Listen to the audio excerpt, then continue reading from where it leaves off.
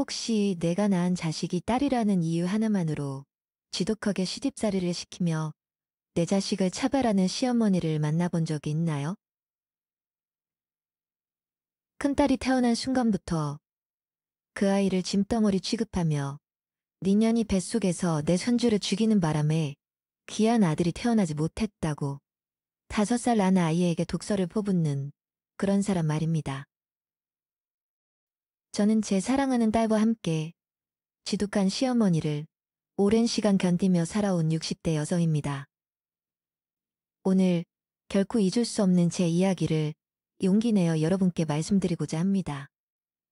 제 나이 25살, 부모님께 떠밀려 나간 맞선 자리에서 무뚝뚝한 남편을 만나 사랑 없는 결혼을 하게 되었습니다. 남편은 2남 중 큰아들이었고 혼자 된 시어머니를 본인이 모시고 살아야 한다고 했습니다. 번갯불에 콩 구워 먹는다는 말처럼 혼사가 결정되어 인사를 드리러 간 날, 시어머니는 저를 아래 위로 훑어보며 심드렁한 표정으로 말했습니다. 엉덩이가 크니 아들은 잘났겠구나. 그 차가운 말투와 무신경한 표정이 제 마음속에 깊은 불안감을 심어주었죠. 본인은 아들만 내리 2명을 낳았으니 효부 중에 효부라던 시어머니를 보았을 땐 올해 그 시대 어른들이 가지고 있는 평범한 남아선호 정도로만 생각했습니다. 그렇지만 결혼 후 현실은 제가 상상했던 것보다 훨씬 더 가혹했습니다. 그래요. 시어머니의 남아선호 자산은 광신병적인 집착 수준이었습니다. 첫 아이를 가졌을 때 제 안에서 자라나는 생명이 얼마나 사랑스러웠는지 모릅니다. 당시 시어머니가 태몽을 꾸었다며 기뻐했는데 집채만한 구렁이가 집안으로 기어들어왔으니 틀림없이 아들이라며 철석같이 믿고 있었죠. 배가 더 불러오자 시어머니의 성화에 못 이겨 아이 선별을 확인하러 병원에 갔습니다. 그런데 딸이라는 소견을 듣자마자 시어머니는 당장 애를 떼어버리라며 큰 소리로 병원에서 난리를 피웠습니다.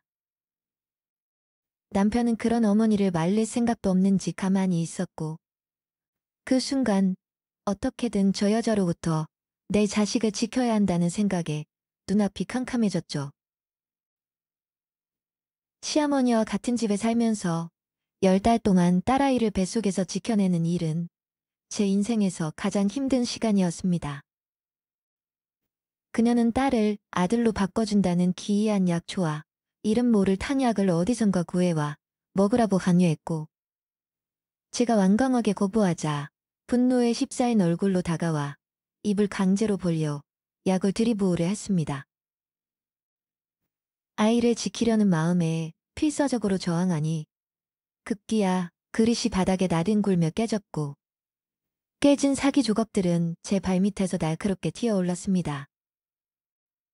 그 순간 시어머니는 핏발선 눈으로 저 망할년이 우리 집 대를 끊는다! 며 악을 쓰고 제 머리끝에서 발끝까지 끔찍한 눈빛으로 노려보았습니다. 또 한 번은 임신 7개월 무렵 병원 검진에 가기 위해 남편의 차에 오르려는 순간 시어머니가 갑자기 저를 강하게 밀쳤습니다. 예상치 못한 일에 저는 아스팔트 위로 넘어졌고 무릎과 팔이 까지고 피가 흘렀습니다.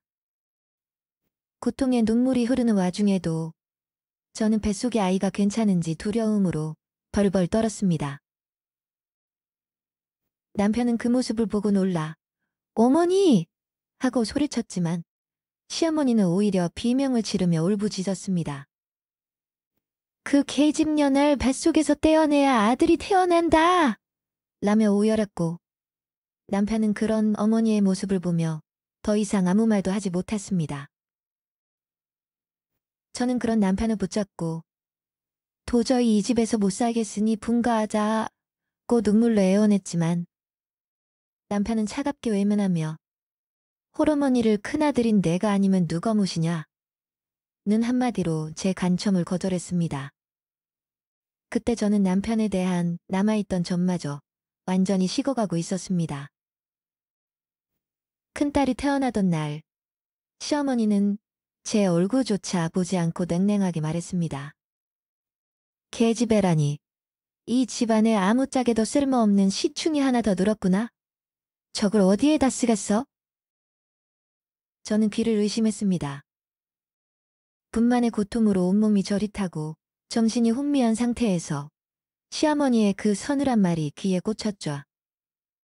울컥 치밀어 오르는 분노를 참지 못하고 떨리는 목소리로 말했습니다. 어머니, 어떻게 어머니 핏줄한테 그런 말씀을 하세요? 해도 너무하세요. 제 분노에도 불구하고 시어머니는 아무런 대꾸 없이 더 매섭게 눈빛을 빛내며 갓 태어난 아이를 바라봤습니다. 그 눈빛에는 섬뜩한 증오가 서려 있었습니다. 저는 떨리는 마음으로 스스로를 다독이며 생각했습니다. 설마 어린 아이한테까지 정말 해코지를 할까? 아무리 말은 독해도 본인 핏줄인데 설마 진심이겠어? 하지만 시간이 흐를수록 이런 안일한 희망은 철저히 부서졌습니다. 아이가 말문을 열기 시작할 무렵부터 시어머니는 대놓고 아이를 쫓아다니며 악에 바친 독설을 퍼붓기 시작했으니까요. 너 때문에 우리 집안이 망하는 거야. 너 같은 게 태어나서 남동생이 안 생기는 거야. 차라리 없어져 버려라. 아이는 그때마다 엄마 하며 울음을 터뜨렸습니다.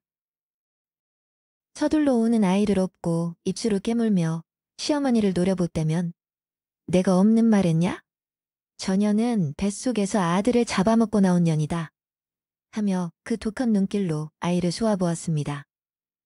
남편에게 아무리 하소연해도 그는 하나 더 낳자. 아들 손주 태어나면 저런 짓도 그만하실 거야. 하며 자식을 지키려는 아빠의 모습은 손톱만큼도 보여지지 않았습니다. 한 번은 제가 설거지를 하며 부엌에 정신이 팔린 틈을 타 시어머니가 딸아이를 조용히 데리고 나갔습니다. 갑자기 집안이 고요해진 느낌에 불안감이 엄습했고 급히 손을 닦고 밖으로 뛰어나가 주변을 둘러봤습니다. 제 심장은 미친 듯이 뛰기 시작했어요. 공포와 불안이 온몸을 휘감으며 머릿속엔 온갖 나쁜 생각들이 스쳐갔죠. 숨이 턱까지 차오른 채 이리저리 돌아다니다가 멀리 공원의 한 구석에서 딸아이를 혼자 벤치에 앉혀둔 채 등을 돌리고 걸어가는 시어머니의 모습이 보였습니다. 아이는 당황한 얼굴로 한미 하며 작은 손을 뻗어 시어머니를 따라가려 했지만 그녀는 뒤도 돌아보지 않고 차갑게 소리쳤습니다. 거기 가만히 있으랬지. 따라오면 가만 안 둬. 그 순간 제 시야가 아득해지며 온몸에 소름이 돋았습니다. 저는 마치 불에 댄 사람처럼 비명을 지르며 미친 듯이 달려가 딸아이를 끊어 안았습니다. 울부짖는 저와 아이를 보며 시어머니는 당황한 기색을 보였지만 금세 짐짓 태연한 척하며 말도 안 되는 별명을 늘어놓았습니다. 난 그냥 좀 기다리는 거 가르치려고 했던 거지. 아이 설마 버리려고 했겠냐? 그 비열한 얼굴에 참을 수 없는 분노가 치솟았습니다. 울며 떨리는 손으로 남편에게 전화를 걸어 당장 집으로 오라며 절규했습니다. 남편이 도착하자 저는 그날 목격한 끔찍한 상황을 빠짐없이 설명했지만 그의 입에서는 힘없는 한숨과 함께 나온 말 한마디가 전부였습니다. 아, 어머니. 그 짧은 한마디로 저는 모든 기대를 버렸습니다. 이 사람과는 더 이상 살 수 없다고 반드시 딸아이를 데리고 이 집에서 벗어나겠다고 다짐했습니다. 핏줄을 딸이라는 이유로 내팽개치고 폭언을 쏟아내는 시어머니와 자식을 보호하지 않고 무심히 외면하는 남편이 존재하는 이곳은 더 이상 가정이 아니라 살얼음판 위에서 하루하루 버텨내야 하는 끔찍한 지옥 그 자체였습니다. 이후 집에서나 밖에서나 저는 큰딸에게서 잠시도 눈을 떼지 않았습니다. 아이가 조금만 눈앞에서 사라져도 심장이 덜컥 내려앉았죠. 시어머니는 그런 제 모습을 못마땅한 표정으로 바라보면서도 친손주를 버리려다 들킨 일이 민망했던지 몇 주 동안은 조용히 지냈습니다. 그러나 제 마음속 불안은 단 한순간도 사라지지 않았습니다. 시어머니의 독한 표정과 행동을 떠올리면 여전히 온몸이 떨려왔으니까요. 그러던 어느 날 결혼한 도련님 부부로부터 손주가 태어났다는 연락이 왔습니다. 게다가 이번엔 아들이었습니다. 그 소식을 듣자 시어머니는 마치 세상을 다 가진 듯 환하게 웃으며 들뜬 목소리로 온 집안을 떠들썩하게 만들었습니다. 이제야 제대로 된 내 손주를 얻었구나. 내가 직접 둘째 며느리 산후조리를 해줘야지. 동서와 도련님은 완곡히 거절하며 조심스럽게 시어머니의 제안에 물리쳤지만 그런 반응은 시어머니의 귀에 들리지 않는 듯 했습니다. 그녀는 이미 며칠간 입을 옷과 먹을 음식을 커다란 가방에 챙기며 혼자 부산을 떨었습니다. 짐을 꾸리며 아들 낳은 며느리는 하늘같이 모셔야지. 기직년만 낳은 너하고는 다르지? 하고 또다시 미운 말만 쏟아냈습니다. 저는 그 말을 듣는 둥 마는 둥 하며 어서 빨리 저 노인네가 이 집에서 나가주기만을 기대했습니다. 마침내 시어머니는 흥얼거리는 콧노래를 부르며 가방을 들고 집을 나섰고 저는 문이 닫히는 소리를 듣고서야 긴장이 풀려 그 자리에 주저앉았습니다. 아이는 엄마, 엄마 하며 제 품을 파고들었습니다. 딸아이도 좋았나 봅니다. 무서운 친할머니가 사라지니 배시시 웃기까지 했으니까요. 며칠이 될지 모르는 이 평화를 오로지 딸과 둘이서 충분히 누려야겠다고 마음먹었습니다. 어머니가 동선회로 간 지 4일도 채 되지 않아 도련님이 남편에게 전화를 했습니다. 산후조리고 뭐고 다 필요 없으니 제발 자기 엄마 좀 데려가라고요. 그 집에서도 시어머니는 또 다른 방식으로 둘째 며느리를 괴롭히고 있었나 봅니다. 아들 낳은 며느리일지라도 본인 하고 싶은 말, 하고 싶은 행동은 다 하고 사는 사람이니 애 낳은 지 며칠 되지도 않은 동서가 얼마나 힘들었을까요? 동서가 불쌍하긴 했어도 한편으로는 부러웠습니다. 도련님은 그래도 자기 처자식은 지키려고 노력하는 남자였으니까요. 어찌됐든 동서는 저보다는 나은 팔자였습니다. 통화를 마치고 남편은 조심스럽게 말을 꺼냈습니다. 어머니를 다시 모셔와야겠어.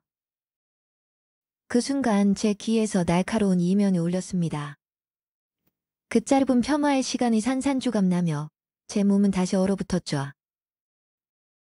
겨우겨우 딸아이가 오순과 생기를 되찾아가던 그 소중한 며칠이 머릿속을 스쳐 지나갔습니다. 다시는 절대로 그 끔찍한 악몽 속으로 되돌아갈 수 없었습니다. 저는 떨리는 입술로 그를 바라보며 몇 년간 가슴속 깊이 놀러왔던 말을 폭발하듯 터뜨렸습니다. 당신이 어머니를 이 집에 데려오는 순간 나랑 끝이야. 이혼해. 나는 더는 못해. 절대 못해. 남편은 충격받은 표정으로 제게 다가와 어깨를 잡고 격하게 흔들며 물었습니다. 뭐? 이혼? 다 늙어서 의지할 데 없이 불쌍한 어머니한테 이렇게까지 할 필요가 있어? 그는 화를 내기도 하고 부드럽게 회유하기도 했습니다. 하지만 남편의 말 한마디 한마디는 제 마음속에 쌓였던 분노와 슬픔을 더 자극할 뿐이었습니다. 저는 그의 눈을 똑바로 응시하며 차갑게 말했습니다. 이유는 당신이 제일 잘 알잖아. 정말로 어머니를 모시고 싶으면 당신 혼자 나가서 모시든가 아니면 나랑 이혼해. 내 딸 지키기 위해서라면 나는 뭐든 할 거야. 더 이상 당신 어머니랑은 못 살아. 남편은 며느리가 그런 것도 이해를 못 해준다. 어떻게 자식이 돼서 어머니를 버리느냐. 별의별 말을 주워 섬기며 씩씩대더니 그 길로 현관문을 나섰습니다. 남편이 나가고 저는 혼잣말을 뱉었습니다. 어머니 아들로만 평생 살려면 결혼을 왜 했어? 효도하려면 당신 스스로 해. 며느리한테 대신 효도하라고 하지 말고. 깊은 밤이었습니다.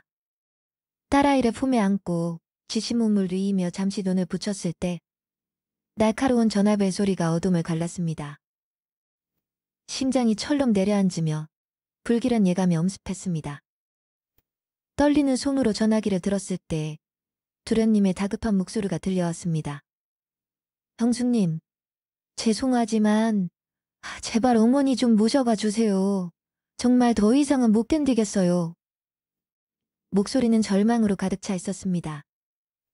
낮에 집을 나섰던 남편이 도련님을 만나 내가 큰형으로 네 형수랑 지금까지 어머니를 모셨으니 너희도 최소한 그만큼 자식도리를 해야 하지 않겠냐? 어머니가 아들 손주로 좋아하시니 당분간 너희가 모셔라 며 무책임하게 떠남 같다고 했습니다. 형수님 힘든 거 저도 알아요.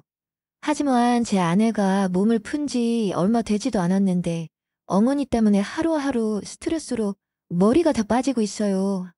집안이 정말 지옥 같아요. 도련님의 목소리에서 절박함이 느껴졌지만 저는 흔들림 없이 단호하게 말을 이어갔습니다. 도련님, 저는 출산한 날부터 아무짝에도 쓸모없는 식추위를 낳았다는 이야기를 들으며 살았어요. 지가 말을 다 안 해서 그렇지 어머님은 제 딸하고 저한테 입에 다듬지도 못할 폭언을 밥 먹듯이 하셨어요. 어머니 더는 못 모셔요. 우리 딸을 위해서라도 더는 같이 못 살아요. 남편에게도 어머니 모셔올 거면 이혼하자고 했습니다. 제 말에 도련님은 거의 울먹이며 절구했습니다. 형수 그렇게 냉정한 분 아니잖아요. 제가 정말 급해서 그래요, 제발. 그 애절한 호소에 잠시 가슴이 흔들리는 듯 했지만 저는 굳게 마음을 다잡으며 말했습니다. 도련님, 저 정말 할 만큼 했다고 생각해요. 그리고 저도 더 이상 물러설 수가 없네요. 이만 끊을게요. 수화기를 내려놓으며 깊은 숨을 내쉬었습니다. 전화기 너머로 도련님의 한숨이 들리는 듯 했지만 제 결심은 이미 돌이킬 수 없이 확고했습니다. 남편은 다음날 아침에야 들어왔습니다. 그리고 외투를 벗으며 퉁명스럽게 이야기했습니다. 어머니, 둘째가 모시기로 했어. 이제 만족해? 저는 아무런 대꾸도 하지 않았습니다. 그날 이후 남편과 저는 부모의 역할에만 충실할 뿐 대화 없이 남남처럼 살게 되었습니다. 명절이며 제사며 시댁 행사에 빠질 수는 없었기에 그때마다 안문 같은 시어머니를 배워야 했지만 그 하루 정도는 참을 수 있었습니다. 도련님과 동서의 따가운 눈총 또한 견뎌내야만 하는 일이었습니다. 딸아이는 여전히 시어머니를 두려워했고 시어머니는 기대에 부응하듯 가시돋친 말로 손녀딸을 찔러댔습니다. 우리 아들 손주는 용돈 2만 원, 딸년한테는 줄 돈이 없다. 손주들 차별하며 용돈 가지고 생색을 내더니 급기야는 제사가 끝난 음식에까지 손을 못 대게 하셨습니다. 딸년이 제석밥 먹으면 조상님들이 노하신다. 아들 못 낳은 큰 며느리 너, 그리고 네 새끼는 알아서 다른 걸 먹든 해라. 제사 음식에는 손도 대지 말어. 그 폭언을 무표정하게 감내하는 저와 딸의 모습을 보며 도련님과 동서는 깜짝 놀란 듯 보였습니다. 아무리 그래도 이 정도까지 악에 바친 말을 하리라 생각은 못했을 테지요. 동서는 아무 말도 하지 않는 제 남편을 보고도 크게 일러야 하는 듯 했습니다. 마땅히 어머님께 화를 내며 보는 가족을 지켜야 할 가장이 그 일을 하고 있지 않으니 의아할 수밖에요. 제사가 끝나고 저는 딸애와 함께 근처 식당에서 소불고기를 시켜 먹었습니다. 어른스럽고 영특한 딸아이는 엄마, 나는 제사 음식보다 엄마랑 먹는 소불고기가 훨씬 맛있어 하며 미안해하는 저를 위로해 주었습니다. 시간은 빠르게 흘러 어느새 딸아이는 건강하고 당당한 성인으로 자라났습니다. 아버지의 무관심과 냉담함 속에서도 딸아이는 스스로에게 엄격했고 밤낮을 가리지 않고 책과 씨름하며 공부에 매진했습니다. 그 노력 덕분에 딸은 남들이 부러워하는 명문대학에 당당히 합격했고 장학금을 받으며 사무실이 4년간의 학업을 마쳤습니다. 그동안 저 또한 작은 식당에서 허드렛 일부터 주방일까지 가리지 않고 일하며 딸의 학비와 생활비를 마련했습니다. 남편은 미장 기술자로 꽤 괜찮은 수입을 올렸을 텐데도 생활비는 손에 꼽을 만큼 아주 가끔만 보내왔습니다. 소문을 들어보니 남편은 시어머니를 모시는 부담을 동서에게 넘기고 대신 경제적으로 지원하는 쪽을 택했다고 합니다. 부부간에 정이 없다 한들 법적으로 아내인 제게 이런 방구 상념도 없이 자신의 어머니 문제를 돈으로 해결한 셈이었죠. 남편에게는 더 이상 아무런 기대도 없었습니다. 남남처럼 따로 살게 된 이유로 오히려 마음이 편해졌지요. 이미 오래전에 부부로서의 정은 다 식어버렸고 감정도 없었습니다. 그럼에도 불구하고 이혼만큼은 끝끝내 해주지 않는 남편의 태도는 참으로 아이러니하고 이해할 수 없는 일이었습니다. 한편 딸아이는 대학을 졸업하자마자 쉬지 않고 취업을 준비했고 결국 이름만 들어도 알 수 있는 대기업에 당당히 입사하게 되었습니다. 그날 저희 모녀는 오랜만에 고급 식탁에 앉아 진심으로 서로를 축하하고 앞으로의 빛나는 미래를 함께 기원했습니다. 엄마, 이제 내가 벌어올 테니 일 그만해도 돼. 이 회사 월급 정말 많이 줘. 그러니 걱정 말고 나 믿고 살아. 너도 네 인생 살아야지. 평생 엄마 먹여 살릴 거야? 엄마 그렇게 안 늙었어. 더 일할 수 있어. 엄마, 지금 류마티스 관절염에 담요도 있잖아. 그거는 약 먹고 관리 잘해야 하는 병이야. 나는 엄마가 나 믿고 살아주면 좋겠어. 엄마가 나 어릴 때 할머니한테서 지켜줬잖아. 그러니 이제 내가 엄마를 지켜줄게. 딸아이의 말의 순간 비싼 스테이크 한 점이 목구멍에서 막힌 듯 내려가지가 않았습니다. 눈앞이 뿌옇게 흐려지고 뜨거운 것이 눈가에 차올랐습니다. 그 어린 것이 내 품에서 자라는 그 아이가 친할머니의 독설과 냉대를 하나도 잊지 않고 마음속 깊이 간직하고 있었던 겁니다. 제 가슴 한켠이 서늘해졌고 미안함이 민물처럼 밀려왔습니다. 더 일찍 결단했어야 하는데 왜 그 지옥 같은 시간에 참고 또 참았는지, 왜 그 고통 속에 아이를 그대로 노출시켰는지 저 스스로가 원망스러웠습니다. 그 아이가 얼마나 외로웠을까, 얼마나 무서웠을까. 그걸 다 견뎌내며 이렇게까지 커준 게 고맙고 또 미안했습니다. 알았어. 엄마는 우리 딸 말만 들어도 지금 기분이 날아갈 것 같아. 눈물이 흘렀지만 딸의 인생에 진심으로 꽃길만 펼쳐지길 바라는 행복과 기쁨의 눈물이었습니다. 그때 딸아이의 전화가 울렸습니다. 시어머니였습니다. 생전 딸아이에게 전화 한 통 없던 사람이 번호를 어떻게 알고 전화한 건지 불안감이 엄습했습니다. 제 눈짓에 딸애는 스피커폰으로 전화를 받았습니다. 전화기 너머로 들려온 건 시어머니의 쉰 목소리였습니다. 이년아, 네가 이제 어른이 됐으면 친할머니 용돈 정도는 챙겨야 할 거 아니냐? 식춘이처럼 어릴 때는 얻어먹기만 하고 싸가지 없이 돈 한 푼 안 보내냐?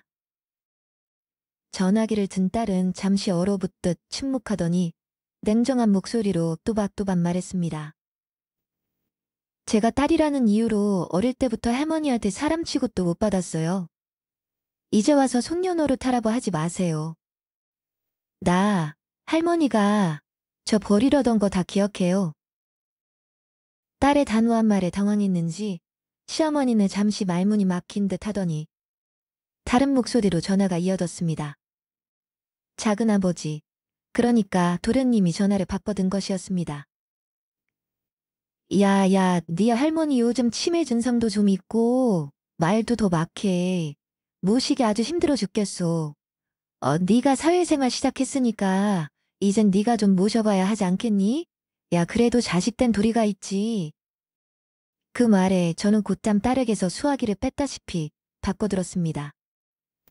도련님, 조카 아들이 이번에 부사관 시험 붙었다고 들었어요. 이제 아들 손주도 밥벌이 시작했겠다. 친할머니도 손주 아들을 직접 모시는 게 맞지 않겠어요? 그리고 애 아빠가 도련님께 매달 적지 않은 돈 붙이고 있는 거 저도 알고 있어요. 공짜로 모셨던 거 아니잖아요. 제 딸은 어릴 때부터 할머니께 사람 취급도 못 받으며 컸습니다. 보셨으니까 아실 거 아니에요. 걔도 그렇게는 안 키워요. 이제 와서 애 불편하게 이런저런 하지 마세요. 말을 마친 뒤 저는 거칠게 통화 종료 버튼을 눌렀습니다. 다시금 내 딸을 내 손으로 단단히 지켰다는 확신이 마음 깊숙이 들었습니다. 딸은 따뜻한 손으로 조용히 제 손을 잡아주었습니다. 이후 동서에게 전해들은 이야기는 참으로 씁쓸하고 충격적이었습니다. 남편이 매달 보내던 지원금이 어느새 6개월째 끊겼고, 동서는 그동안 쌓이고 쌓였던 시어머니의 독한 성격과 감정폭력에 더는 버티지 못하고 도련님에게 이혼을 요구했다고 했습니다. 도련님이 끝내 이혼을 해주지 않자 동서는 친정으로 나와 지낸 지 벌써 석 달째라고 하더군요. 처음에는 저를 많이 원망했다고 합니다. 왜 시어머니를 떠넘겼느냐며 억울해했다는 이야기를 듣고 마음이 아렸지만 곧 동서는 진심 어린 목소리로 말했습니다. 사실은 원망해야 할 사람은 어머니고 그 집 아들들이죠. 형님한테는 미안해요. 형님이 그 집에서 얼마나 힘들었을지 누구보다 잘 알아요. 그녀의 말이 뼈저리게 느껴졌습니다. 그렇게 시어머니가 그토록 기대하던 아들 손주는 결국 할머니가 지긋지긋하다며 연락을 끊고 집을 나갔고, 도련님 혼자 어머니를 겨우 2주간 모시다 결국 요양원에 보냈다고 했습니다. 시어머니는 본인 평생 입에 달고 살던 아들이라는 말을 남긴 채 시골 외곽의 허름한 요양원에서 쓸쓸히 생을 마감하셨습니다. 그렇게 아들만을 노래하던 분이었지만 정작 친아들조차 한 달도 되지 않아 모시는 걸 포기해버렸지요. 그럼에도 남편과 도련님은 남들 앞에서 불쌍한 우리 어머니를 입에 올리며 애먼 체면치레만 반복했습니다. 결국 이 모든 결말은 자업자득이었습니다. 두 아들은 어머니의 독하고 모질었던 섬정 앞에서 끝내 우유부단했고, 자신의 가정에 희생을 강요하면서도 정작 효도는 본인 손으로 하지 못했습니다. 그렇게 모두가 어머니라는 이름 앞에 무너졌고, 그 결과는 가정의 붕괴였습니다. 진정한 효도는 말이 아니라 삶으로 보여주는 것이란 걸 아들들은 끝끝내 알지 못했던 모양입니다. 지금 저는 제 딸과 함께 햇살 좋은 동네의 조용한 집에서 살고 있습니다. 딸아이의 권유로 식당 일에 정리하고 늦은 나이지만 요양보호사 자격증을 따서 제 손으로 작은 수입을 벌고 있지요. 바쁘지 않게 그러나 제 몫을 하며 살아가는 이 평온한 일상이 참 소중합니다. 시어머니가 세상을 떠나고 나서야 남편과 겨우 연락이 닿았고, 그는 말없이 합의 이혼 서류에 도장을 찍었습니다. 오래 걸렸지만 결국 저는 제 인생의 사슬에서 조용히 풀려난 셈이었지요. 이제 저는 60대입니다. 결코 짧지 않은 세월을 돌아왔지만 사랑하는 딸과 함께 웃고 먹고 이야기할 수 있는 지금이야말로 제 인생의 진짜 시작이라 믿습니다. 그리고 저는 오늘도 믿습니다. 상처가 깊었던 만큼 그 위에 피어나는 행복은 더 눈부시게 아름다울 거라는 걸요. 제 이야기를 끝까지 들어주셔서 감사합니다.